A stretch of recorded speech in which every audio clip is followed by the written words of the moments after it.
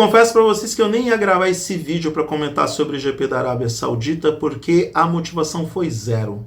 Eu aproveitei o sábado para descansar, eu assisti a corrida, senão eu não estaria aqui comentando com vocês tudo o que aconteceu e dando minha opinião sobre aquela perega lá em Jeddah, mas eu decidi dar um tempo. Eu não quis gravar vídeo para soltar no domingo de manhã e estou gravando essa peça para ser publicada no domingo à noite. Gente, a gente precisa ter uma DR sobre Fórmula 1 e discutir a relação sobre a qualidade das corridas. Eu sei, é a segunda prova da temporada, o circuito da Arábia Saudita não é tão propício para ultrapassagens e para disputas mais enfáticas entre os pilotos e os carros, e quero deixar claro que a culpa não é da Red Bull nem do Max Verstappen, porque tem muita gente colocando na conta de que a gente já sabe quem é o vencedor, que não tem mais disputa. Aliás, tem uma piada muito boa que falaram nesse final de semana, que para a Fórmula 1 ter jeito, os outros 19 pilotos precisam combinar entre si para ver quem vai ser o piloto da rodada que vai bater no Max Verstappen, e os outros 18 disputam a vitória. E ainda assim, eu acho que neste momento o Sérgio Pérez ganharia as outras corridas sem o Max Verstappen disputando a vitória e sem o Max Verstappen pilotando aquela nave alienígena que o Adrian Newey projetou. Então vamos eliminar o Max Verstappen dessa questão. Porque eu mesmo já assisto as corridas da Fórmula 1 em modo eu estou fingindo que o Max Verstappen não existe.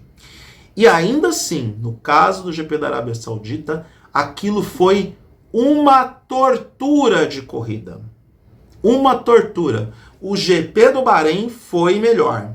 Mas ainda assim, para muita gente, não foi aquela coisa, meu Deus, é digno de eu ficar no sábado à tarde depois do almoço perdendo o sono para assistir a corrida. Então, a gente não deve colocar a culpa apenas na vantagem que a Red Bull tem, no potencial técnico, ou no fato do Verstappen ser o piloto com maior proficiência técnica da categoria. Isso não tem nada a ver com a avaliação que a gente tem que fazer sobre a qualidade das corridas.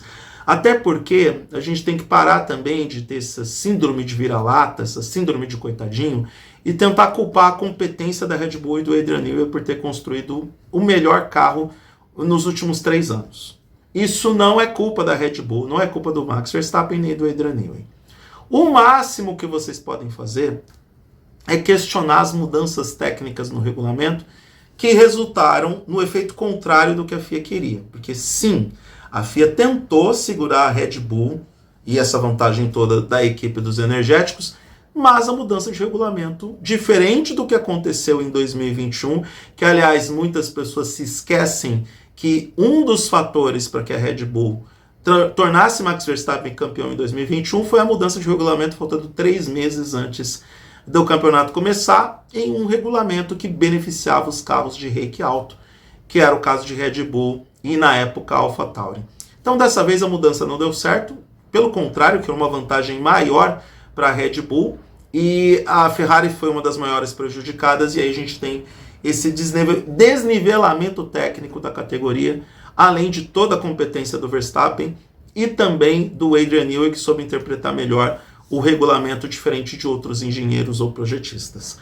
A gente tem que olhar para a fotografia das demais equipes, tá? Porque por mais que Ferrari e McLaren obtivessem melhoras, a McLaren melhorou significativamente, a Ferrari melhorou também, mas não consegue chegar no mesmo nível da Red Bull. A Mercedes, coitada, acreditou que meio segundo a mais em relação ao carro do ano passado seria o suficiente para competir com os demais carros que estão na frente dela, no caso McLaren, Ferrari e Red Bull. Também está lá penando. Há quem diga que o Lewis Hamilton já está dizendo o carro é bom, mas é ruim. E todas, ou praticamente todas as equipes evoluíram em relação ao ano passado, e a Mercedes, pelo visto, evoluiu menos com um conceito novo. A Aston Martin também teve uma evolução relativa, porque continua sendo a quinta força na Fórmula 1. E esse equilíbrio de forças que nós temos, com exceção da Red Bull, que é um mundo à parte, faz com que as corridas sejam um pouco mais enfadonhas e modorrentas. No próprio GP da Arábia Saudita mesmo, a principal campo de disputa era da 10ª posição para trás, e ainda assim, Quem é que quer ver disputa entre Alpine e Haas? Isso mesmo, ninguém. Não traz interesse, não chama atenção, não é comercialmente atraente nem para a Fórmula 1, nem para os fãs, para ninguém. Mas é isso o que aconteceu ontem no GP da Arábia Saudita. Comentar a vitória do Verstappen, gente, é carne de vaca, é cair no comum, é chover no molhado. Mesma coisa a segunda posição do Sérgio Pérez. É obrigação o Sérgio Pérez chegar em segundo em todas as corridas, isso é fato. Tem que ter um fato novo, muito novo, para acabar com essa dominância da Red Bull. E mesmo com todas as coisas que estão acontecendo na equipe, isso não tira a competência do Adrian Newey e do carro que desenvolveu.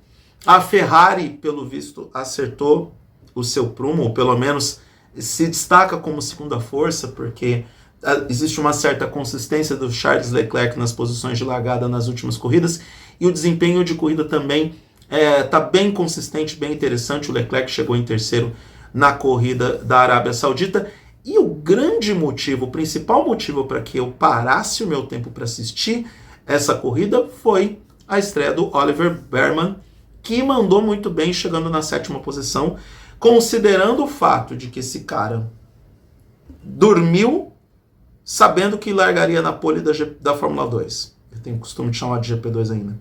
E acordou sabendo que ia fazer a terceira sessão de treinos e o quali para o GP da Arábia Saudita de Fórmula 1. Pensa na cabeça desse cara em como ela virou um mingau em menos de 24 horas. Tudo bem, o Brennan ele é piloto da Academia Ferrari, ele já tem tempos de simulador, tempos dos modelos anteriores da Fórmula 1, mas ele não estava psicologicamente preparado para assumir o carro porque o Carlos Sainz teve uma crise de apendicite. Nenhuma pessoa está preparada para ter essa mudança de narrativa em menos de 24 horas. Então, o que ele entregou, terminando a corrida e chegando na zona de pontos, é simplesmente espetacular. É muito acima da média. Então é um trabalho muito bem feito, mostra que ele tem bastante a apresentar, e talvez a coisa mais importante, o Oliver Bearman, ele levanta questionamentos sobre os papéis de pilotos como o Magnussen, como o Hülkenberg, como o Valtteri Bottas, como o Lance Stroll, como o Logan Sargent. Ele levantou dúvidas sobre pelo menos um quarto do grid da Fórmula 1. De pilotos que a gente sempre se questionou o que eles estão fazendo na categoria até agora. Então, talvez o efeito Oliver Bearman seja positivo para que alguns chefes de equipes, alguns jornalistas, algumas pessoas do meio comecem a pensar e refletir e quebrar um pouco a cabeça sobre a presença de pilotos que já estão fazendo hora extra na Fórmula 1, mas muito mais do que Hamilton e Alonso, porque Hamilton e Alonso, com idade um pouco mais avançada para a categoria, estão na frente de pilotos que, em alguns casos, têm metade ou pouco mais da metade da idade deles. E entregam um desempenho realmente elevado, um desempenho compatível com a categoria que esses caras têm e compatível com a própria Fórmula 1, que é um esporte de alta performance. Então, perceba que eu passei quase 10 minutos para ter essa DR com vocês, para não falar do GP da Arábia Saudita, porque muito pouco, quase nada ou nada aconteceu. A gente tem o mais do mesmo nos resultados e a gente tem o mais do mesmo nas corridas. E assim, para ser justo, tá? Há quem diga que essa dominância da Red Bull nunca antes foi vista na Fórmula 1. De fato, nunca foi. Das últimas 45 corridas dessa categoria, a Red Bull ganhou 40. Isso nunca foi visto antes, nem mesmo na era Mercedes. Porque teve um cara que lembrou no Twitter que na era Mercedes até a AlphaTauri venceu corrida. Então eu entendo que apenas o início do novo regulamento técnico de 2026, com o hipotético déficit de desenvolvimento do motor da Red Bull com a Ford, e isso a gente talvez possa confirmar não só os rumores, mas a partir do comportamento de tudo o que está acontecendo no caso Christian Horner, só esses fatores mesmo farão com que a Red Bull perca sua dominância na Fórmula 1, e ainda assim, eles ainda têm o Adrian Newey, que é sim um fator determinante para que essa equipe seja realmente a mais forte da categoria neste momento. Não podemos nos esquecer que todo caso Christian Horner pode fazer com que a dinâmica mude antes do esperado. E para aquelas pessoas que dizem que o Max Verstappen é um Super Saiyajin nível 3 e que ninguém chega ao pai se não for por ele, porque ele é o melhor piloto de todos os tempos, e que o Hamilton só ganhou 7 títulos por causa do carro, eu pergunto, se a gente colocar o Max Verstappen neste exato momento na AlphaTauri, na VCarb, na Racing Bull, sei lá como é que é o nome daquela equipe agora, no lugar do Yuki Tsunoda, o Max Verstappen venceria todas as 22 etapas restantes da Fórmula 1? Se a gente colocasse o Verstappen na Mercedes que o Hamilton está pilotando agora, o Verstappen seria campeão do mundo? Talvez ele seria campeão se ele pilotasse a Ferrari do Carlos Sainz. Talvez, e eu tenho dúvidas. E ainda assim, ele ia bater roda com o Sérgio Pérez, que mesmo não sendo esse piloto todo, ia ter um foguete nas mãos e ia ser sério candidato ao título. Então, é isso. Eu não tinha o que comentar sobre o GP da Arábia Saudita, e por isso que eu levei mais tempo para gravar esse vídeo, e achei mais útil a gente ficar aqui fazendo uma DR sobre as chatices das corridas da Fórmula 1 e por que as corridas estão tão chatas. O único ponto de interesse foi mesmo o Oliver Bearman. E dica, para quem está reclamando do presente, no passado era parecido, tá? A Mercedes dominava tudo, aí antes veio a Red Bull com 4 títulos do Vettel, aí a gente teve a era Schumacher, enfim. De tempos em tempos a Fórmula 1 tinha uma dominância de uma equipe, e o que aconteceu em 2021 foi muito raro, foi uma exceção da regra. O que aconteceu em 86, com 4 pilotos disputando o título em Adelaide, na Austrália, muito raro. É uma exceção, é uma aberração. E ainda assim, vamos ser justos, em 86 o Senna já não tinha mais condições de vencer o título, mas apareceu naquela foto com Prost, Mansell e Piquet, porque era bonito para a fotografia da época. A era de ouro da Fórmula 1. Então, vamos olhar para os fatos como os fatos são e vamos olhar para as fotografias de momento como elas se apresentam e não com as distorções de narrativa que tanto as pessoas amam fazer, de acordo com a própria conveniência e com as convicções que abraçam para poder respaldar os seus pontos um tanto quanto obscuros ou não alinhados com a realidade prática dos fatos. Olha como eu falei bonito no final do vídeo. E é isso. O eduardomoreira.com.br, se inscreve no canal, dê o like para o YouTube perceber que eu existo, clique na sineta para as notificações.